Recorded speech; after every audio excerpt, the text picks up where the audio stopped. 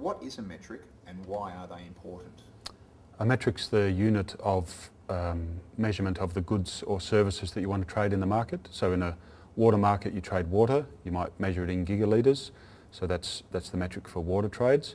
In biodiversity it's more complex, you need to combine a bunch of things together, so you might combine the significance and security and conservation value together into a single metric to be able to compare between different options when you're seeking something in the market. So the metric is essentially the unit of the goods or services. What are some key things to consider when developing a metric? Key things to consider is that the metric is derived from your objectives. So if you're clear about what you're trying to get, the metric should reflect that.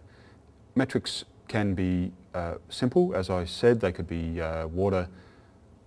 A metric for water is gigalitres of water, but they can be complex. And the complexity is only in how you calculate those things, how you value them, and how you bring information into the decision about what value is. But that needs to be reflect your objectives for the program. So if you want to save the red-tailed black cockatoo, the metric needs to be representative of those things that, when achieved, will save the red-tailed black cockatoo. So that might be characteristics of the habitat, the location in the landscape, etc. So that's a core thing.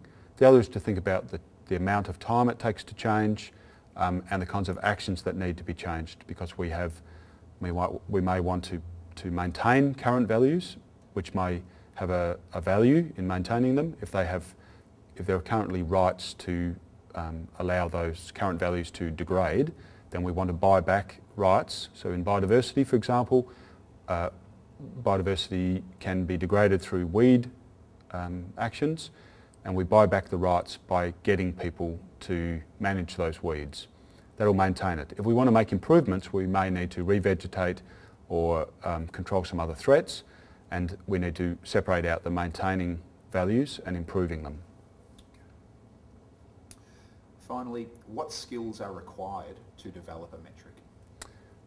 It's a matter of clear thinking and understanding values. So the core skills are a scientific input, which means an understanding of scientific principles, so that the metric reflects the values that are brought forward by the community, the program operators, and the objectives that they describe. But those scientific principles also need then to manipulate data that's available to make decisions, and probably to put the metric and into the MBI in a way that helps to test the metric as well, so that we can refine it as we go. Other skills are the economics, so we want to understand how the metric will work in the real world and in a market, and so we need to understand those implications. They're often skills of economists. Statisticians, a branch of science or economics that will help us deal with some of the uncertainties about things we don't know about.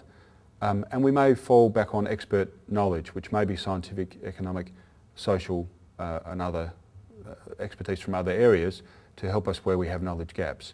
We also want to have community input so that we're sure that we're staying on track with respect to values and understand the market that we're operating in. And it's good to have people who are involved in implementation, who know some of the sticking points in the logistics of designing and implementing a metric and getting it to work in the real world.